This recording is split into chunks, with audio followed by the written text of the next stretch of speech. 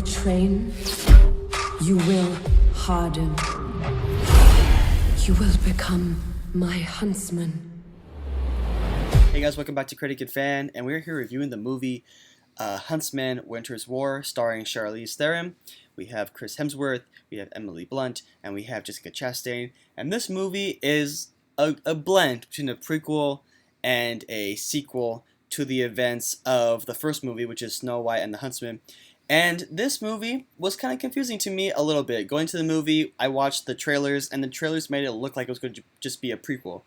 And which is kind of cool because in the trailers you got to see the Huntsman, grow up from a kid to be a warrior. And I was interested somewhat to see how he became the Huntsman, how he gained his fighting skills. And then we knew he had a wife from the first movie, because in the first movie he mentions that his wife died. And Jessica Chastain plays the wife in this movie. And so, thinking that it was a prequel, I'm like, alright, he's going to die, and we all know what's going to happen, blah, blah, blah.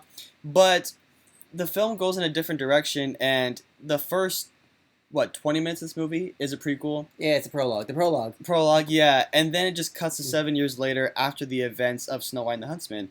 And basically the plot now is that somebody has taken the mirror that the evil queen in the first movie used to ask, mirror, mirror on the wall, who's the fairest of them all. And so now the Huntsman is just on a mission now to get this mirror back, because if he does not get it, then it will fall into the hands of the evil queen's sister, which is played by Emily Blunt, and she basically plays the Elsa from Frozen as the Ice Queen. And so basically this whole movie is the chase to find this mirror. And in the beginning of the movie, we have Chris Hemsworth and Jessica Chastain. They're separated because they are lovers. And as the movie events go forward, they get reunited. And it just becomes a tale of just... It's more about love conquers all. Yeah, that's the thing. That's the whole thing. And they really do pound that message throughout this movie, huh? They say it several times. Yeah, they blatantly just say love conquers all, and you're like, okay, I get it. And then 20 minutes later, hey, love conquers all. And yeah, it's true. They do say at least 6 or 7 times. And then the bad guys are saying love doesn't conquer all. That is so true. I forgot about that. Yeah, but the thing I think that bothered you about this movie, I think there was like a tonal shift. Well, it didn't bother. I thought it was weird. It's like the first half of the movie. It's kind of boring. It's like, oh, okay, this is cool. Not much is going on. There are a few fight scenes, but it's just not that interesting. And then about halfway through the movie, they add a few characters in, and all of a sudden, the whole theater is laughing throughout the rest of the movie. There are tons of more jokes.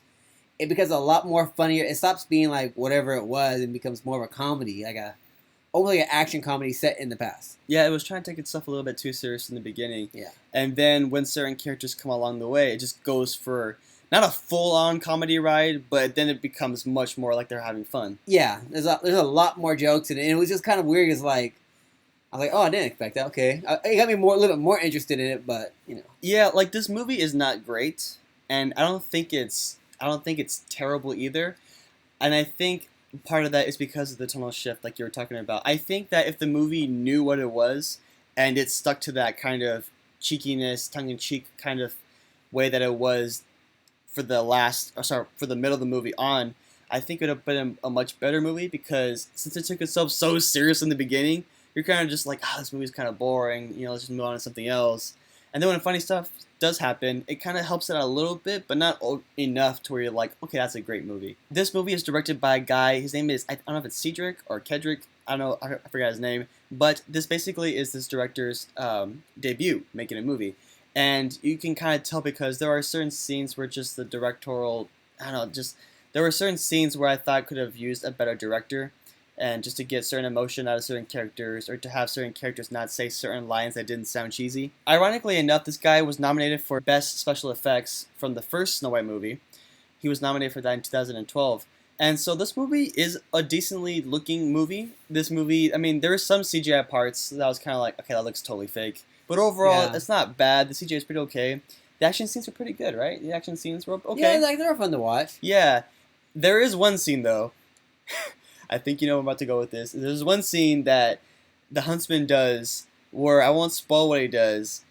Okay, I'll spoil it because it's very dumb. He basically jumps off this cliff. Oh!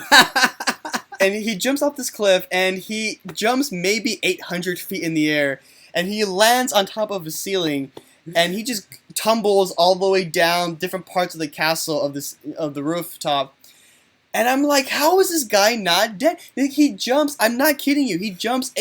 It's like Fast and Furious type stuff. It's like serious disbelief that you have. You just have to really, really put yourself out there and just say, okay, like, you know what? I'm not taking this movie seriously anymore, because how this guy breaks no bones in his body makes me just go, what? Whose idea was it? And I remember watching this scene happen. I was astounded. Me and my friend Richard and you, we were just kind of like, did that just happen? That was the dumbest thing I've ever seen. Okay. To be fair, he does call himself out on it. He does. He yes. does.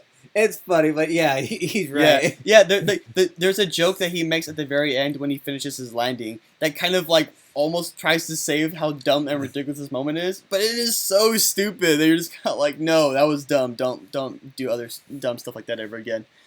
But besides that, there were some decent fight scenes that were in this movie. The chemistry between everybody, acting wise, was okay.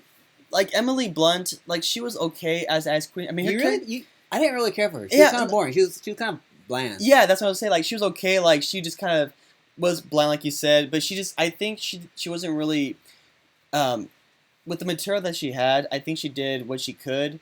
But I mean, because her character was pretty boring and flat throughout, so she did what she could with that character. Mm-hmm. Charlize Theron, I thought, knocked it out of the park. I thought that she was still pretty good as the witch. She was good as the witch. Although she doesn't get that much screen time. No, but when she's there, she kind of like takes your attention away from everything else. Yeah, I would say she has great presence in the movie. Yeah, and she's in it for like maybe like 10 minutes, but they sprinkle her out throughout well enough to where you kind of only notice how little she is in the movie. Jessica Chastain and Chris Hemsworth. See, that's why I like this movie. That's why I'm saying it's not terrible, because Chris Hemsworth, his charisma is so good that, I mean, any bad movie that he's in, when he acts in these movies, I mean, you just can't help but just feel for his character. You're just kind of like, yeah, you go on your adventure, or yeah, go for the girl. Whatever movie that he's in, you just kind of feel good that when he's acting, it just elevates the movie that much, even though the movie's not that great. But just his chemistry, as well as Jessica Chastain, they were pretty good together. And I thought that those aspects were together. The dwarves that were in this movie, they were the comic relief. There were a lot of the jokes that they were trying to make. A lot of them did hit. There were some that didn't hit. Didn't matter. They did their job. They were the comic relief. Overall, the story, though, like as we were saying in the beginning, it took itself too serious in the beginning, so it was kind of dragging. And then took itself for kind of a comedy in the middle. And then when it gets to the end, it's kind of not anticlimactic, but it's just kind of not underwhelming. What would you say? It was anticlimactic and underwhelming. Overall, it's not. I didn't hate myself watching this movie. I think you said you were happy that you spent $5 on it. Yeah, it was a cheap night tonight. It was a cheap night tonight. Yeah, if I spent a full $12 or $13 on it, I probably would have been a little more upset. But since we spent $5, it was a little bit passable for us. But honestly, if I didn't have to watch this movie, I probably would have waited till $2 theater or something even cheaper. But yeah, I mean, like I said before, this movie's not terrible, but at the same time, it's very forgettable. And I don't think that this was a very necessary movie to make. Do you think it was? It had potential. But I mean, I think they made it because everybody wants franchises now. So I think that's why it's made. And the way that they end this movie, there is going to be a third movie. I mean, they set it up for another sequel. So they have enough. The studio has enough faith that people will watch this enough so that there will be a third movie. Yeah. And so I mean, I will look forward to that. I'm guessing in another year or so for that, for that third movie. But yeah, I mean, that's our quick thoughts on this movie. We didn't hate it, but we didn't love it. It's just kind of like, eh. And so I mean, take that for what you will. If you guys are going to watch that, please make it on a night where there's a big discount or something, because it's not worth full price for sure. I wouldn't say it's really a theater experience. I would say it's more of a rental. I would say, I mean, yeah, more for yeah. If you enjoyed the Huntsman, the Snow White and the Huntsman, you might enjoy this one. Yeah, and there is no Kristen Stewart, so spoiler alert, for those hoping to see her again, she's not in this movie, so I don't know if that's a deal breaker or not, but yeah. I don't mind her. All right, guys, so that's our quick thoughts on this movie. What are your guys' thoughts if you have seen it? Are you guys even, did you guys even want to see this movie? Do you think this was a necessary movie to even make? Like us on Facebook, guys. Follow us on Twitter, and follow us on our YouTube channel. If you guys like what you guys have seen, subscribe below for more reviews. Yes, and as soon as we get 100 subscribers, we'll start doing giveaways.